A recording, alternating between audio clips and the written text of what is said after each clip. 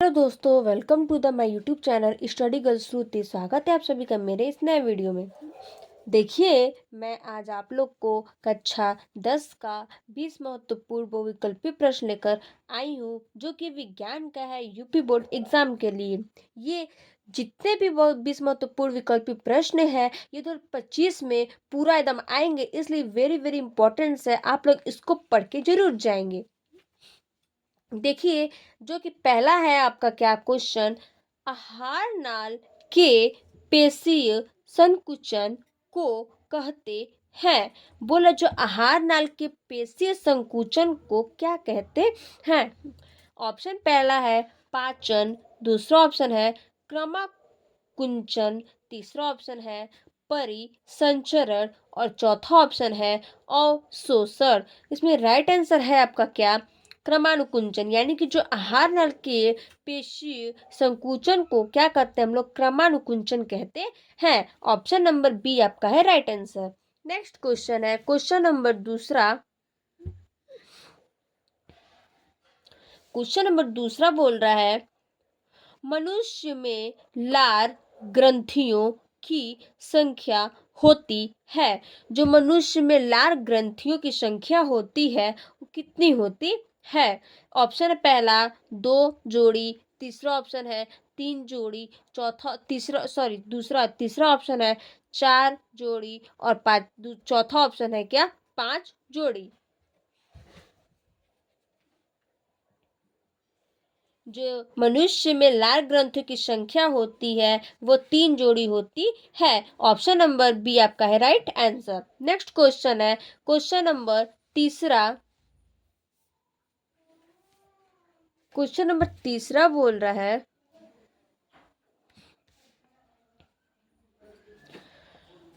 कृमि रूपी परिशेषिका भाग है। जो कृमि रूपी है वो परिशेषिका भाग है। तो ऑप्शन पहला है छोटी आंत, दूसरा ऑप्शन है अग्न्याशय, तीसरा ऑप्शन है बड़ी आंत कोलन, चौथा ऑप्शन है इसमें ग्रास नली। इसमें राइट आंसर है जो कृमि रूपी परिविशेषिका भाग है वो बड़ी आंत है। ऑप्शन नंबर क्या आपका सी। ऑप्शन है क्वेश्चन है चौथा। क्वेश्चन नंबर चौथा है,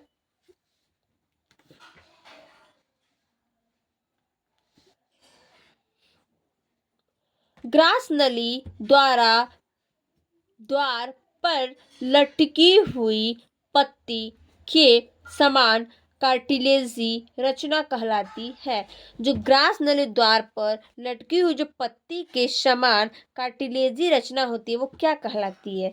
तो ऑप्शन पहला है एपोफेरिंग्स, दूसरा ऑप्शन है एपिग्लोटिस, तीसरा ऑप्शन है एल्बियोलाई और चौथा ऑप्शन है ससलेमावरण। तो इसका राइट आंसर है आपका, राइट आंसर है एपिग्लोटिस। यानी कि जो ग्रास नली द्वारा लटकी जो पत्ती के समान होती है वो कार्टिलेज की रचना वो क्या कहलाती है, तो एपिग्लोटिस कहलाती है। यानी कि ऑप्शन नंबर क्या है, बी राइट आंसर है। नेक्स्ट क्वेश्चन है क्वेश्चन नंबर 7। क्वेश्चन नंबर 5वां है, मनुष्य के प्रत्येक जबड़े में चर्वणक दांतों की संख्या होती है।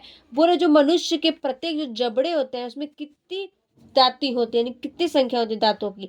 ऑप्शन पहला है 2, दूसरा ऑप्शन है 4 और तीसरा ऑप्शन है 6 और चौथा ऑप्शन है क्या, 8। जो कि मनुष्य के जबड़े में कितनी होती, तो 6 होती है। यानी कि option number C right answer. Next question है क्वेश्चन नंबर 6वां। क्वेश्चन नंबर 6वां बोल रहा है,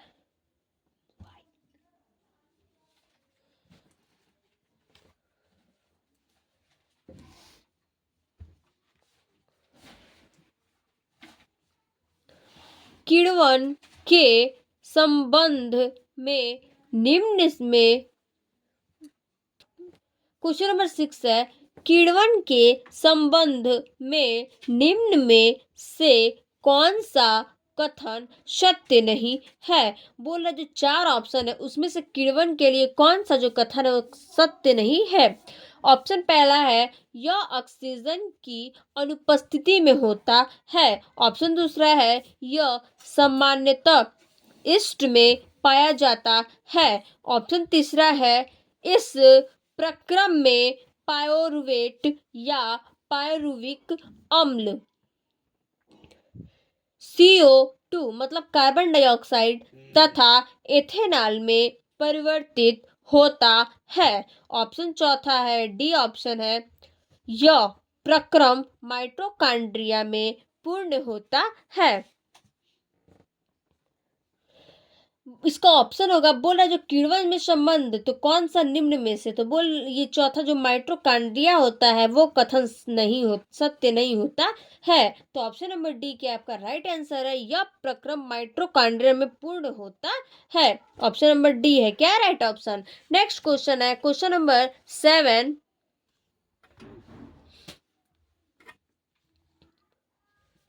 क्वेश्चन नंबर 7 बोल रहा है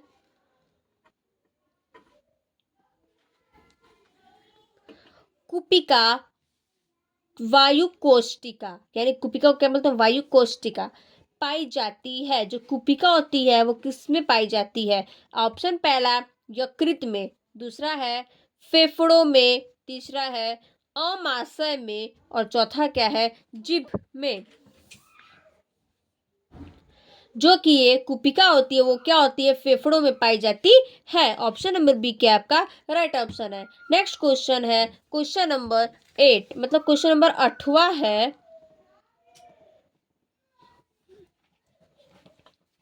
क्वेश्चन नंबर 8वां बोल रहा है ग्लाइकोलाइसिस की प्रक्रिया संपन्न होती है। जो ग्लाइकोलाइसिस होती है वो किस प्रक्रिया में संपन्न होती है। ऑप्शन पहला है कोशिका द्रव्य में, दूसरा है राइबोसोम में, तीसरा ऑप्शन है माइटोकॉन्ड्रिया में और चौथा ऑप्शन है अंतः प्रद्रवी जालिका में। ऑप्शन आपका है जो ग्लाइकोसिस की प्रक्रिया होती है वो कोशिका द्रव्य में संपन्न होती है। ऑप्शन नंबर ए यानी ऑप्शन नंबर फर्स्ट क्या है राइट आंसर है। नेक्स्ट क्वेश्चन है क्वेश्चन नंबर 9। क्वेश्चन नंबर 9 बोल रहा है ग्लाइकोजेनेसिस क्रिया में बनता है। जो ग्लाइकोजेनेसिस होता है वो कौन सी क्रिया में बनता है। तो ऑप्शन पहला है ऑप्शन है आपका पहला क्या ग्लूकोज, दूसरा ऑप्शन है ग्लाइकोजन, तीसरा है विटामिन, चौथा ऑप्शन है प्रोटीन। राइट आंसर है क्या ग्लूकोज। नेक्स्ट क्वेश्चन है क्वेश्चन नंबर 10वां ग्लाइकोलाइसिस के अंत में कितने एटीपी अणुओं का लाभ होता है। जो ग्लाइकोलाइसिस के जो अंत में क्या होता है कितने एटीपी अणुओं का क्या होता है लाभ होता है। ऑप्शन है पहला 2, दूसरा ऑप्शन है 0, तीसरा है 4 और चौथा ऑप्शन है क्या 8। जो कि ये ग्लाइकोसिस के अंत में कितने तो एटीपी होता है तो 2 एटीपी अणुओं का क्या होता है लाभ होता है। ऑप्शन नंबर ए क्या है राइट आंसर है। नेक्स्ट क्वेश्चन है क्वेश्चन नंबर 11। क्वेश्चन नंबर 11 बोल रहा है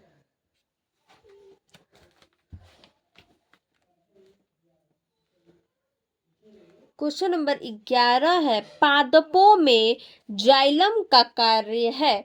बोला जो पादप होता है उसमें जाइलम का कार्य होता है। तो पहला ऑप्शन है जल का परिवहन होता है कि भोजन का स्थानांतरण, तीसरा ऑप्शन है एमिनो अम्ल का स्थानांतरण, चौथा है ऑक्सीजन का स्थानांतरण। बोल रहा है जो पादप में जाइलम का कार्य होता है तो किसका होता है पादप में जल का परिवहन होता है। तो यानी ऑप्शन ए राइट ऑप्शन है आपका ए। नेक्स्ट क्वेश्चन है क्वेश्चन नंबर 12।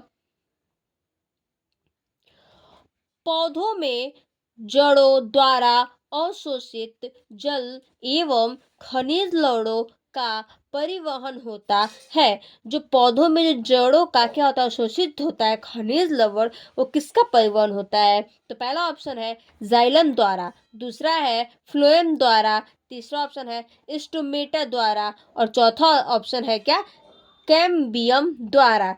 नेक्स्ट तो आपका राइट आंसर है क्या, जाइलम द्वारा, यानी कि जो पौधे में जड़ों द्वारा अवशोषित जल होता है खनिज लवण, तो वो जाइलम द्वारा क्या होता है, परिवहन होता है। तो option number A right answer है। नेक्स्ट क्वेश्चन है क्वेश्चन नंबर 13। क्वेश्चन नंबर 13 बोल रहा है, पादपों में जल के परिवहन के लिए होता है। जो पादपों में जल के लिए होता है क्या परिवहन, वो किसके लिए होता है? तो ऑप्शन पहला है फ्लोएम, दूसरा ऑप्शन है जाइलम, तीसरा है पित्त और चौथा क्या आपका स्टोमेटा। तो इसमें राइट आंसर है आपका क्या, जाइलम, यानी सॉरी, इसमें आपका राइट आंसर है क्या, हाँ जाइलम, जो कि पादपों में क्या होता है, जल के परिवहन के लिए कर होता है, यानी कि जो पादप में जल के लिए जाइलम के लिए क्या होता है, परिवहन होता है। तो ऑप्शन नंबर बी क्या आपका राइट आंसर है। नेक्स्ट क्वेश्चन है क्वेश्चन नंबर 14। पौधों में जाइलम उत्तरदायी है। पौधों में क्या है, जाइलम उत्तरदायी है। तो ऑप्शन है जल का वहन, दूसरा ऑप्शन है भोजन का वहन, तीसरा ऑप्शन है एमिनो अम्ल का वहन और चौथा ऑप्शन है ऑक्सीजन का वहन। राइट ऑप्शन है आपका ए, यानी कि जो जल का वहन है वो क्या होता है, पौधे में जाइलम द्वारा उत्तरदायी होता है। तो ऑप्शन आपका ए राइट आंसर है। नेक्स्ट क्वेश्चन है क्वेश्चन नंबर 15। फ्लोएम द्वारा भोजन का स्थानांतरण होता है। जो फ्लोएम द्वारा भोजन का स्थानांतरण होता है वो किसमें होता है? तो ऑप्शन पहला है सुक्रोज के रूप में, दूसरा है प्रोटीन के रूप में और तीसरा है हार्मोन्स के रूप में और चौथा ऑप्शन है वसा के रूप में। जो फ्लोएम द्वारा भोजन का स्थानांतरण होता है वह सुक्रोज के रूप में होता है, यानी कि ऑप्शन नंबर ए क्या आपका राइट आंसर है। नेक्स्ट क्वेश्चन है क्वेश्चन नंबर 16।